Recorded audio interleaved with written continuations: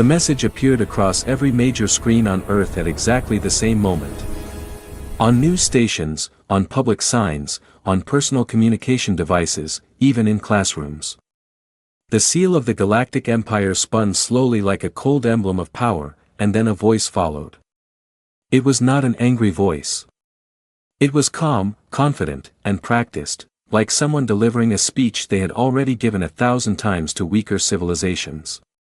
It said that humanity must surrender all military forces, must hand over control of orbital stations, and must accept the rule of the Empire within 12 hours. Otherwise, Earth would face consequences that had destroyed entire star systems before.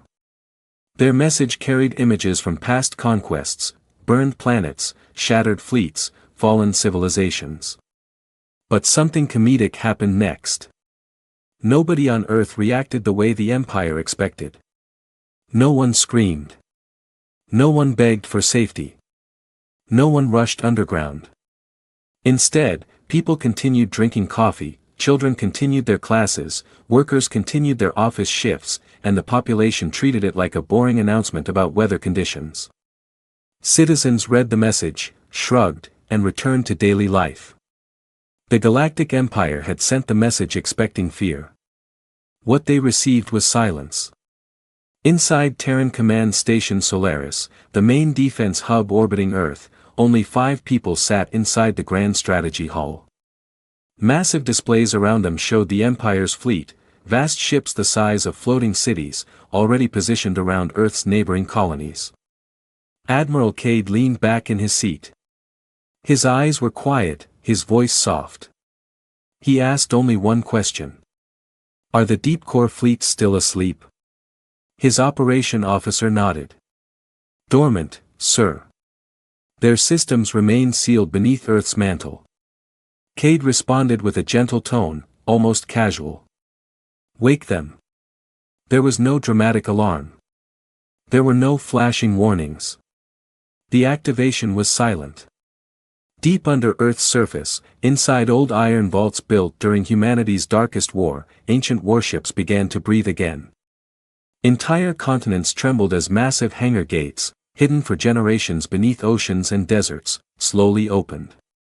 From beneath those gates, old ships rose, ships built during an age when humanity fought extinction-level enemies. They did not roar to life, they hummed, glowing with silent blue light. People walking near coastal cities watched columns of water rise as the first spacecraft emerged. There was no panic.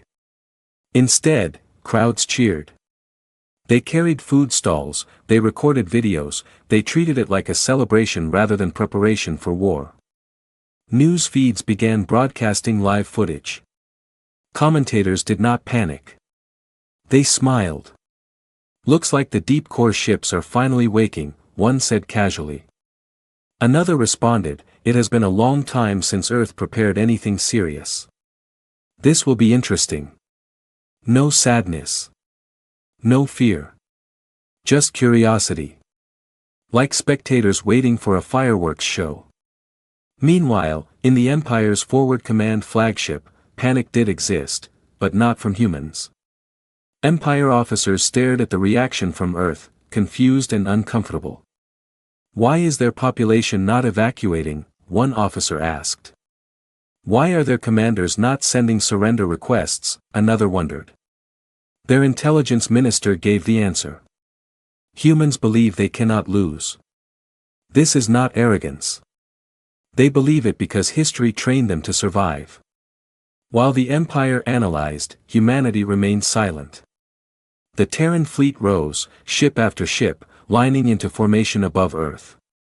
Their hulls reflected deep neon blue energy patterns that shimmered like calm oceans. They did not move aggressively. They simply waited. Admiral Cade then issued a communication back toward the Empire. His message did not threaten them. It did not insult them. It contained only 2 words. Come closer. The silence that followed was larger than any battle sound. No human screamed. No officer doubted. Cities remained peaceful. While the Galactic Empire expected a frightened world preparing to kneel, they found a species sitting quietly, waiting, and smiling. Humanity did not surrender because humanity had already faced worse enemies long before the Empire even existed. The genetic memory of extinction never left them. So when the Empire declared their countdown, humanity did not bow. They simply prepared. And they prepared without fear. Part 1 closes as the Terran fleet moves into perfect alignment above Earth, ships glowing silently across the night sky, while billions of humans sit beneath them, calm, confident, and entertained by the very idea of being threatened. When the countdown reached its halfway point, the Empire finally decided to reveal its first move. Their reconnaissance fleet, stationed just beyond Earth's orbit, powered up massive deep scan arrays. These scanners were designed to map every ship, weapon, energy source, and life sign within entire star systems. No fleet had ever resisted them, not even the most advanced civilizations known. However, the moment they turned those scanners toward the Terran fleet, something unexpected happened. The screens returned nothing. Not incorrect data. Not scrambled information. Nothing. It was as if Earth had no fleet at all. Empire technicians began recalibrating, increasing energy throughput until reactors glowed bright red. They scanned again. Same result, complete emptiness. Their scanners showed Earth's orbit as blank space. Inside Terran Command Station Solaris, humans watched the Empire's confusion with quiet amusement. They knew exactly what would happen next: panic. While the Empire tried to locate Terran ships, the fleet continued drifting forward. It was not stealth in a traditional sense. They were not just hidden, they existed outside normal detection channels. A foreign ambassador visiting Earth tried to ask how this was possible. Admiral Cade simply answered, "Visibility is optional." Those 3 words were enough to silence the entire conference hall. The Empire then sent a direct transmission. "This is a malfunction. Present your fleet to allow proper identification." Earth did not respond. Instead, the Terran destroyers disappeared. No light flashes. No warp distortions. No engine surge. They simply vanished from existence. Empire sensors panicked, searching wildly across space, until suddenly, Terran ships reappeared behind the Empire's formation, positioned at angles that would be impossible to detect. This time, humanity announced their presence. A low-frequency pulse echoed through the void. It did not destroy anything. It simply shut down the communication systems aboard every Empire destroyer for 30 seconds. No alarms sounded. No explosions were seen. But every screen across the Empire ships went dark. That silence was the loudest threat ever delivered. The Empire commanders shouted for status reports. Nothing responded. No terminals worked. Even the emergency channels stopped functioning. In the Terran control room, Admiral Cade remained seated, arms folded, speaking gently. "They wanted identification. They now know where we are." The Empire eventually restored communication. Their local commanders demanded an explanation. What kind of weapon disables an entire fleet without firing? No one on Earth answered. Instead, humanity continued quietly preparing. Civilian life remained untouched. Families watched the event unfold like a late-night broadcast. People streamed it online. Some even made humorous commentary. One viewer said, "It feels more like a rehearsal than a war." Another replied, "When did the Empire think we would panic?" The Empire's fleet attempted something desperate next, a force lock scan. It sends pulses strong enough to detect objects hidden in dimensional valleys. But again, they received nothing. Earth's ships were not invisible. They were inaccessible.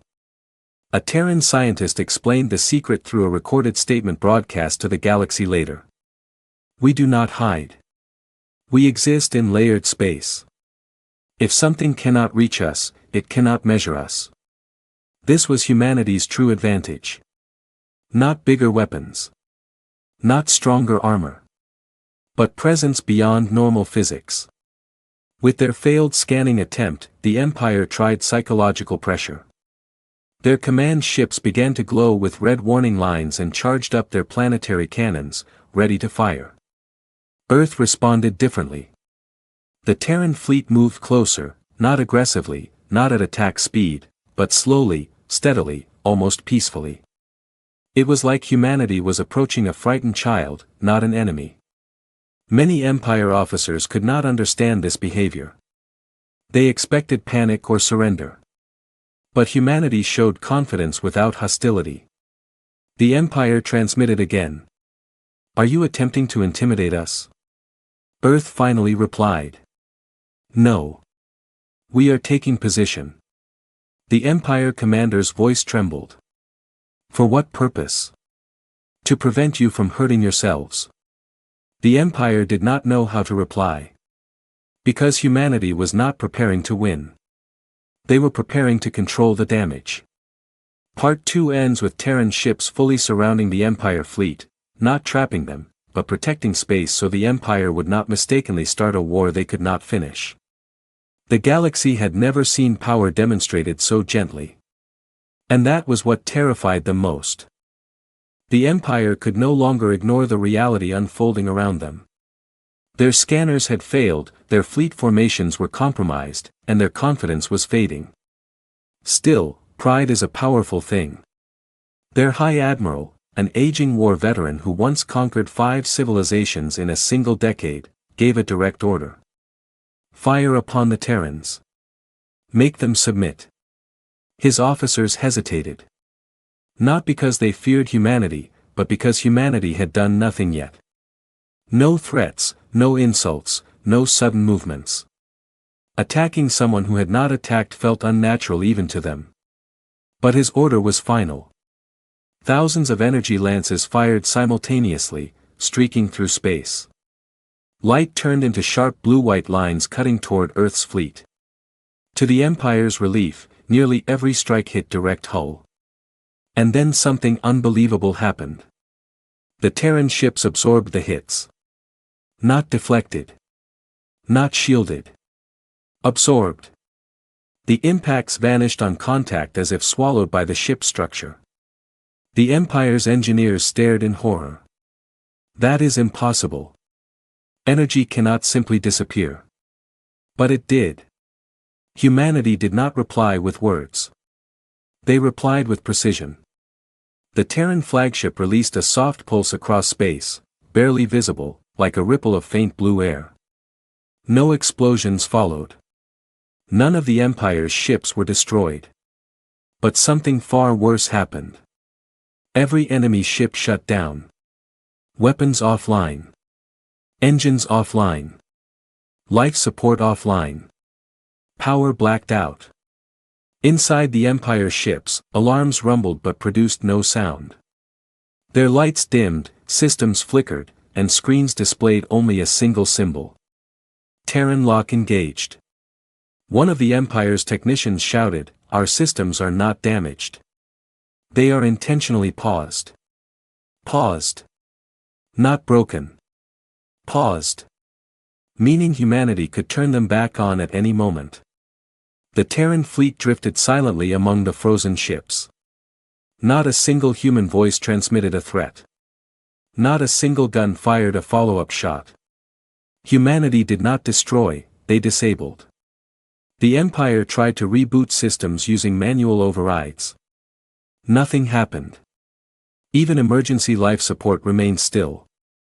Oxygen levels inside the ships dropped slowly, not enough to kill, but enough to terrify. Just when panic began to spread, Terran Command reactivated the atmosphere systems. Not weapons. Not shields. Just oxygen. As if humanity was reminding them. We decide whether you breathe. Across the Empire flagship, officers could feel their pride dissolving. Why are they not finishing us? The Vice Admiral whispered. Because destruction is inefficient, their strategist answered. Meanwhile, aboard Terran Command, Admiral Cade finally stood and issued his first real statement. This is not war. This is correction. His command ship transmitted a message, not just to the Empire but across all listening systems in the galaxy. We never asked for peace, and we never demanded respect. But if someone threatens humanity, we will disable their ability to cause harm. The message didn't sound hostile. It sounded factual. The Empire's High Admiral tried sending a countertransmission and found his voice shaking. You could have eliminated us. Why did you not? An Earth officer replied calmly. We do not erase civilizations. We erase mistakes. The Terran fleet then performed a coordinated maneuver. Space folded around them, silent, clean distortions like thin ripples over black water. Suddenly, the Terran ships repositioned again, forming two massive rings around the Empire fleet. But they did not trap them. They stabilized space around them. Because the Empire's energy surge earlier had destabilized local orbit, Earth's ships corrected gravitational flow so the Empire vessels would not drift into debris fields.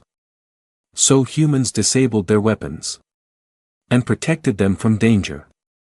It was the most humiliating mercy action in galactic history.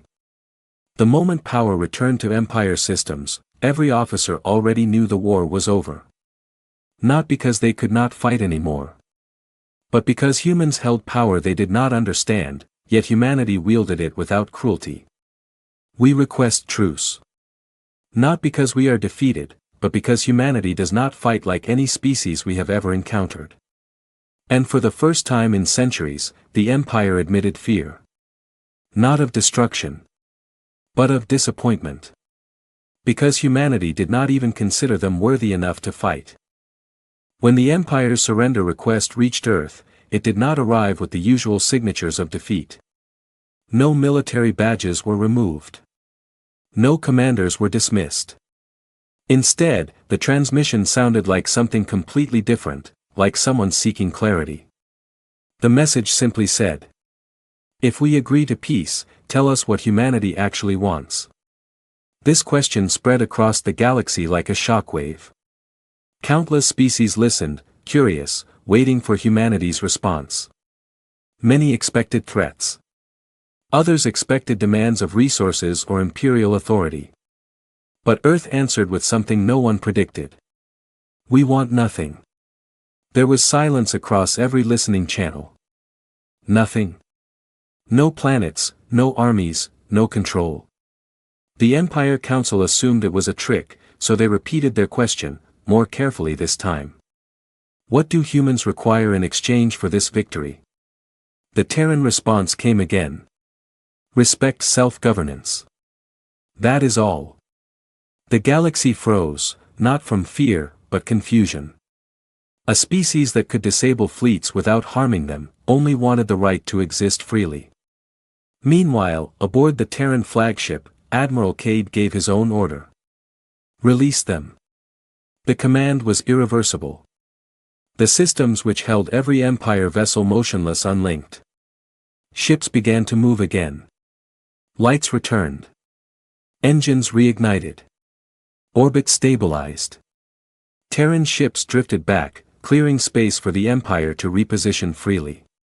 Not a single ship followed them. Not a single weapon tracked them. The Empire was free, fully operational, and safe. The High Admiral appeared again on the general stream. His face was not proud anymore. It was humbled, almost relieved. We do not understand why you chose restraint, he confessed. Admiral Cade replied with a tone that sounded more like teaching than victory. Power is not proof of dominance. Power is proof of responsibility. The Empire listened quietly. Then humanity transmitted something unexpected. A series of historical records, open media files, available to all. They showed ancient Terran wars, battles fought not for expansion but survival. They revealed extinction-level threats humanity had once faced, creatures that devoured planets, machines that erased solar systems, plagues that wiped out stars. The Empire's scientists studied those records and discovered something horrifying and beautiful at the same time. Humanity did not become powerful by choice. They became powerful because their universe demanded it. Their weapons existed not for conquest, but because their past enemies required such force to stop. Across the galaxy, smaller civilizations began sending messages of respect. Many requested alliances, not military ones, but knowledge-based ones. Earth accepted them. No borders. No tribute. No chain of command. Just information. A few days later, the Empire officially released a treaty recognizing Earth as an autonomous sovereign civilization, untouchable, unrestricted, and unchallenged by any galactic authority. Their final statement said, "Where humanity walks, balance follows." The galaxy repeated it. Some called humanity a myth reborn. Some called them the old race returned. Some called them dangerous. But no one called them weak again. Meanwhile, back on Earth, nothing special happened. Schools reopened as usual. Streets remained crowded. People returned to slow coffee mornings and late-night walks. For humanity, it was just another day. Admiral Cade visited his home city for the first time in months. There were no celebrations waiting for him. Children played in parks, completely unaware of how close the galaxy had come to war. He sat on a quiet public bench, watching them, quietly satisfied. One journalist approached and asked, "What do you think the Empire learned today?" Cade answered, "That fear is optional. Survival is earned. And peace is a decision." Later that night, he received a final transmission, not from the Empire, but from a coalition of previously conquered species. It read, "If the Empire threatens us again, will humanity stand with us?" He replied with only one sentence. "We do not defend planets. We remind civilizations who they are capable of becoming." And he turned off his device. Beyond Earth's sky, the Terran fleet drifted back into semi-sleep mode, motors pulsing faintly like calm heartbeats, no longer needed for conflict. For now. Because humanity never positioned themselves as rulers. They positioned themselves as witnesses. Not to domination. But to growth. And that final understanding spread across the galaxy. Humanity was not the strongest because they wanted to be feared. They were the strongest because they decided not to use strength as a weapon. That is what separated them. Not their fleet. Not their technology. Not their stealth or precision. But their